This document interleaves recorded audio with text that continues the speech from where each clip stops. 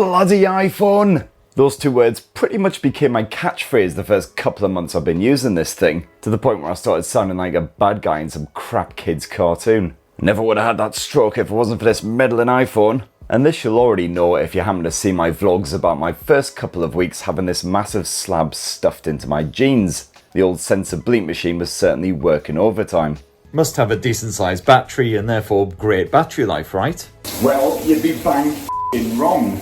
But thankfully, since then, we've had some big updates and we're already on iOS version 17.1.1.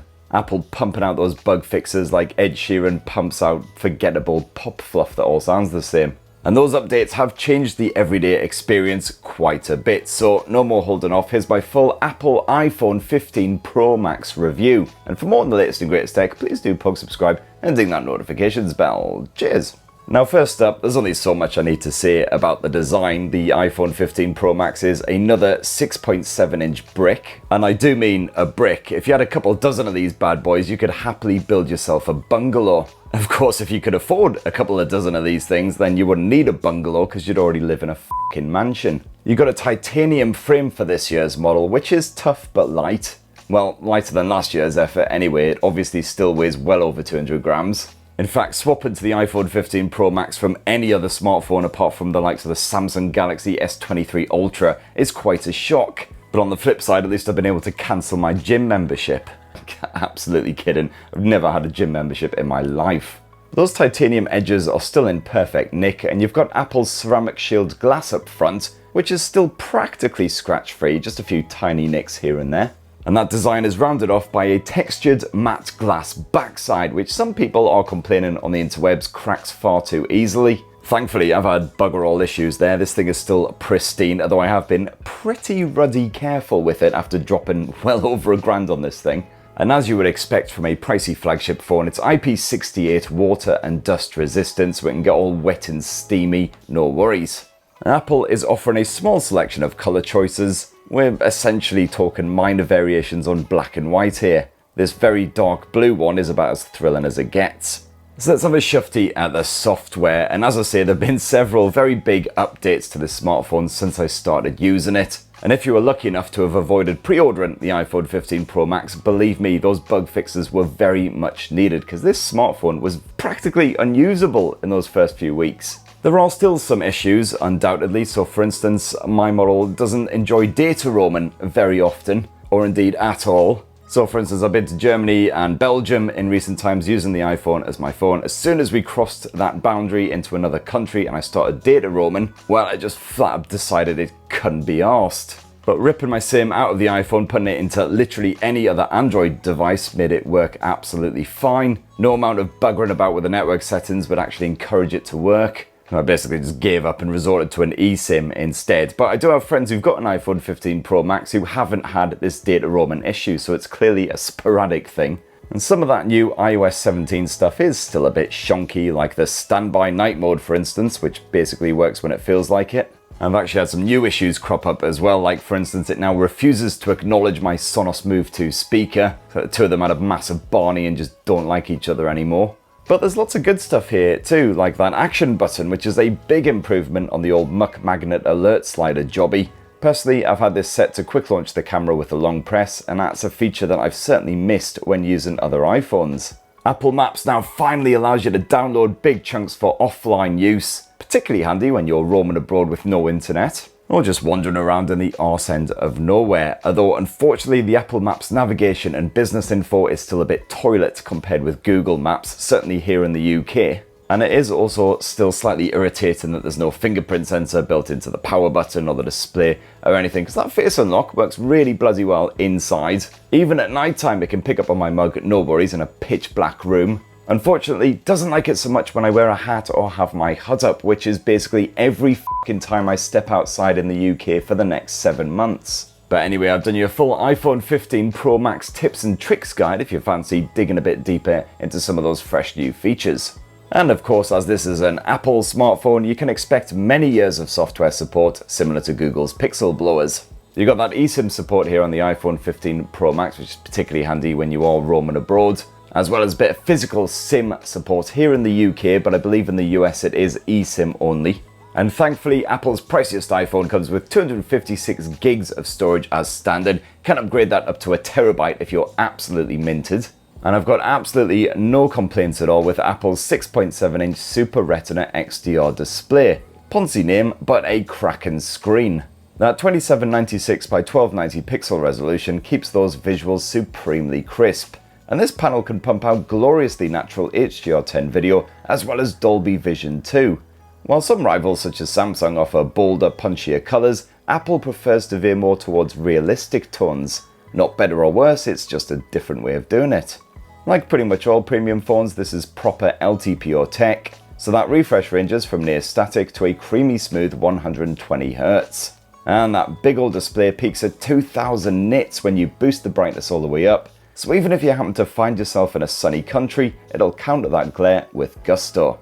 So yeah, overall it would be a really great screen if it wasn't for that cursed dynamic island shenanigans. I gotta say, this is still a completely overhyped feature. It's nothing more than Apple's attempt at jazzing up that huge ugly camera notch, much like slapping a beret on a blobfish. I do kind of like how active timers and album cover art pops up there, but honestly it's of little actual use. However, the iPhone 15 Pro Max's stereo speakers are proper good, no moaning from me there. They are loud, they're clear, they're cracking stuff. As usual with pricey flagships, however, there's no headphone jack action here. Luckily the Bluetooth streaming works absolutely fine, as long as you don't have a Sonos Move 2 apparently. As for the performance, well, Apple has stuffed its fresh new A17 Pro chipset inside of this big old blower. And for the first few weeks, this thing got hotter than the insides of a freshly baked pizza pocket every time I was using it, even when I was just streaming music in the background. But thankfully, one of Apple's updates since then has sorted this problem out, so no more singed thigh hairs every time I slip it into my pocket. No, this phone runs nice and cool, even when you're gaming on the likes of Genshin Impact for a good hour or two. And speaking of Genshin Impact, well, that and all other games that I've tested run on the highest graphics settings with a creamy smooth frame rate, especially when you bump it all the way up to 120 frames per second. You'll see the occasional teeny wee judder when you're, flipping through menus or whatever, but overall the performance has been excellent, as you would kind of expect. If you are a gamer, however, gotta say once again, the gaming tools are basically non-existent in iOS 17 beyond some leaderboard shenanigans and basic stuff like that. So here's hoping we get an actual dedicated gaming mode in iOS 18. And in further good news, Apple has sorted out the battery life as well, because again, for those first few weeks, it was utter pants. You used to only be able to get around sort of 4 to 5 hours screen on time max from a full charge, but now that's almost doubled. Now I usually get more like 7 to 8 hours of screen on time, as long as I don't go too nuts with the camera. I'm not just gaming on Genshin the whole time.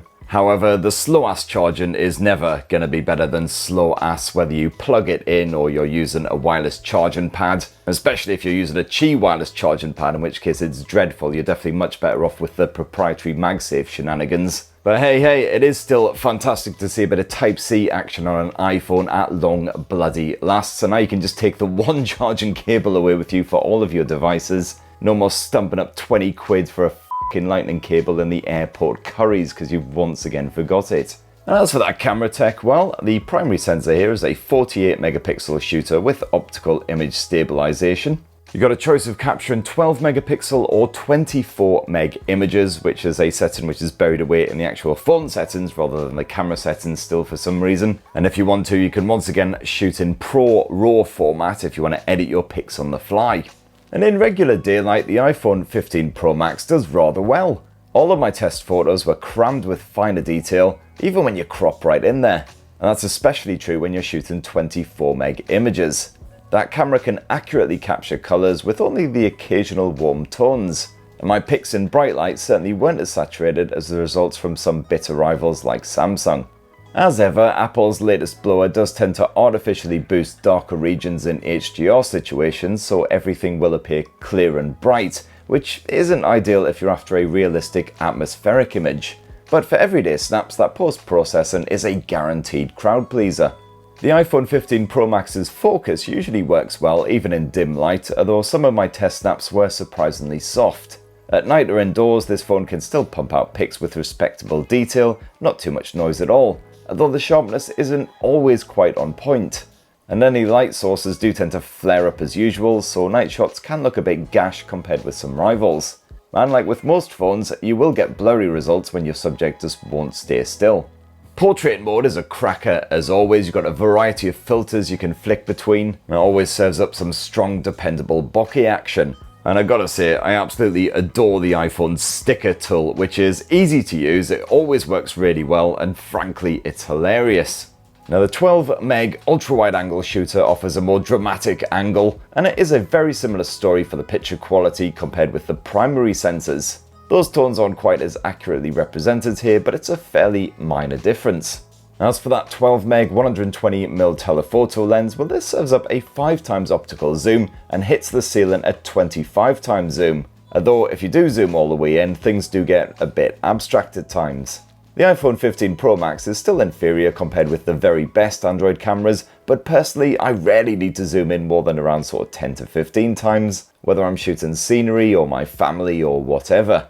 Oh, and the low light shooting seems to have improved compared with when this phone first launched. So no more zoom pics that look like the loading page of a ZX Spectrum game, thank God. If you want to shoot some video, you can do so at up to 4K resolution at either 30 or 60 frames per second. You've got Apple's action mode if you are moving and shooting, but to be honest, you'll probably never need it unless you're literally strapping this phone to your bike or something. The regular stabilization is the mutt's nuts. Picture quality is top notch, while audio capture is also clean and clear, as long as it's not too windy.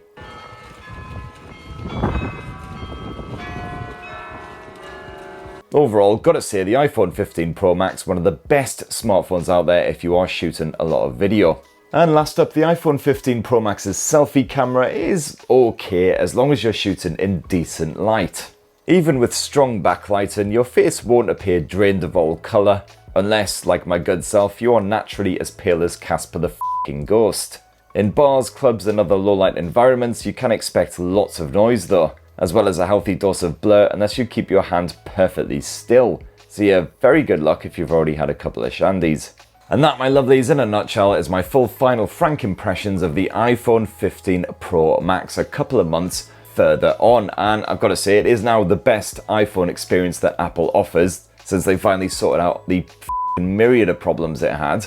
However, gotta say though, beyond the action button and the fact that they swapped to Type-C for the charging port, there's not really much of an evolution here at all over last year's iPhone 14 Pro Max. Yeah, it's a wee bit lighter now with that titanium frame. It won't quite wrench your elbow out of joint every time you lift it out of your pocket. Anyway, that's what I reckon of the iPhone 15 Pro Max. But what about yourselves? If you've had this massive brick stuffed inside of your shorts, your bag, whatever, for the last couple of months, definitely let us know your thoughts down in the comments below. Please do poke, subscribe and ding that notifications bell for more on the latest and greatest tech. And have yourselves a really wonderful rest of the week. Cheers everyone. Love you.